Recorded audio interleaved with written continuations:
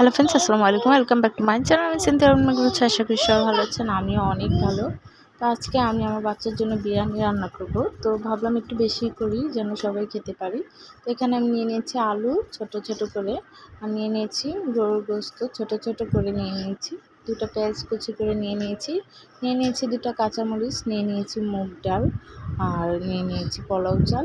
এখন আমি একটা কড়াইতে দিয়ে দিলাম পেঁয়াজ কুচি।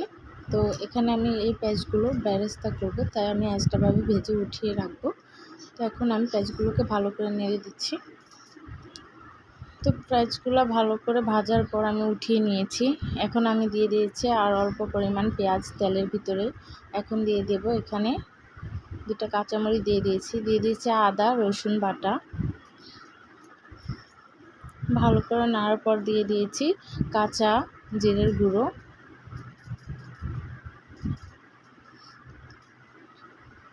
দিয়ে দিয়েছি স্বাদ মতো লবণ।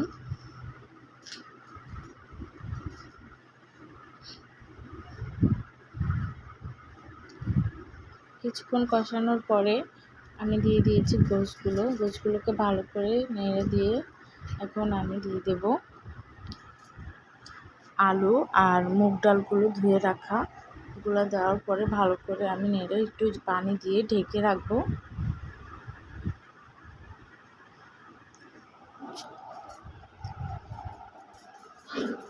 তারপর আমি দুধ গুলিয়ে রেখে দিয়েছি, সেগুলো দিয়ে দেব বিরিয়ানির মশলা।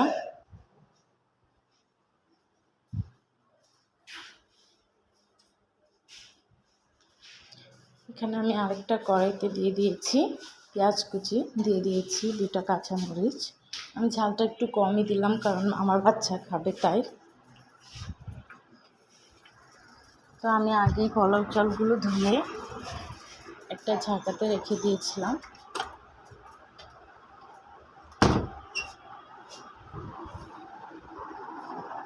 তো ফ্রেন্ডস, আমি দিয়ে দিয়েছি পোলাও চালগুলো। এখন আমি ভালো করে ভেজে নেব।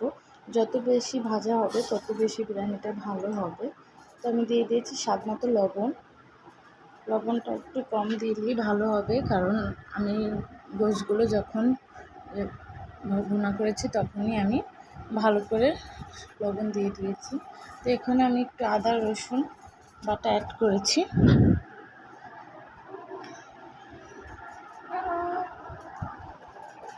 ওখানে দিয়ে দিয়েছি পরিমাণ মতো পানি।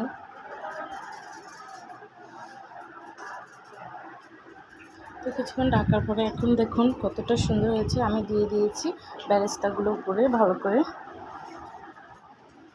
তো ফ্রেন্ডস, এখন আমি একটা প্লেটে সার্ভ করে নেব। দেখুন কতটা সুন্দর হয়েছে।